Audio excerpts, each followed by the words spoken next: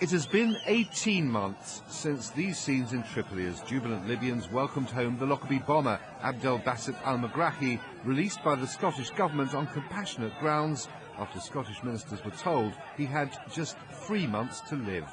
The Americans were furious, and there have been accusations of British government collusion ever since.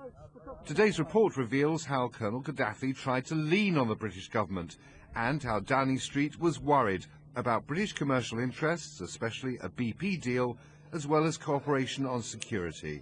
But it was a Scottish government decision. Cabinet Secretary Sir Gus O'Donnell has concluded that the British government did not want Megrahi to die in prison and would help the Libyans negotiate with Edinburgh.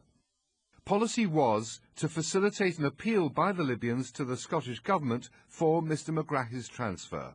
But facilitating was as far as it went, because he goes on to say, "I have not seen any evidence that Her Majesty's government pressured or lobbied the Scottish government for the transfer or release of Mr Megrahi." Statement the Prime Minister. David Cameron's always disagreed with the decision to release Megrahi, saying he had shown no compassion to the 270 people he murdered.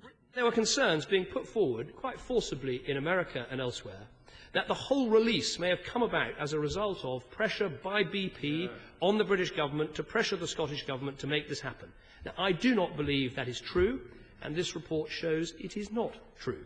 It was a decision taken by the Scottish government, the wrong decision, but their decision nonetheless.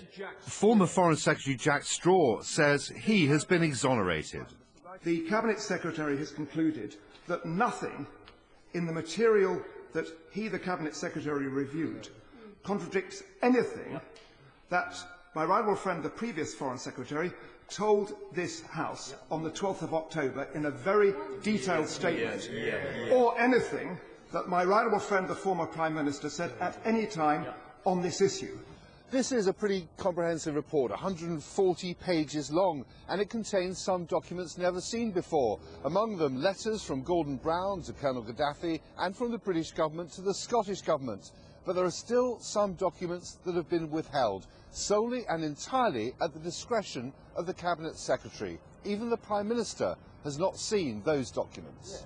When Scottish ministers decided to release Megrahi, the Scottish First Minister insists they simply stuck to the letter of the law.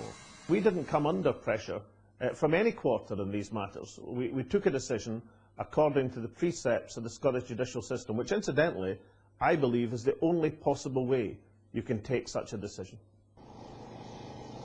270 people died when Pan Am Flight 103 was blown up over Lockerbie in December 1988. The man convicted and jailed for the atrocity remains at liberty in Tripoli. Glen Oglaza, Sky News, Westminster.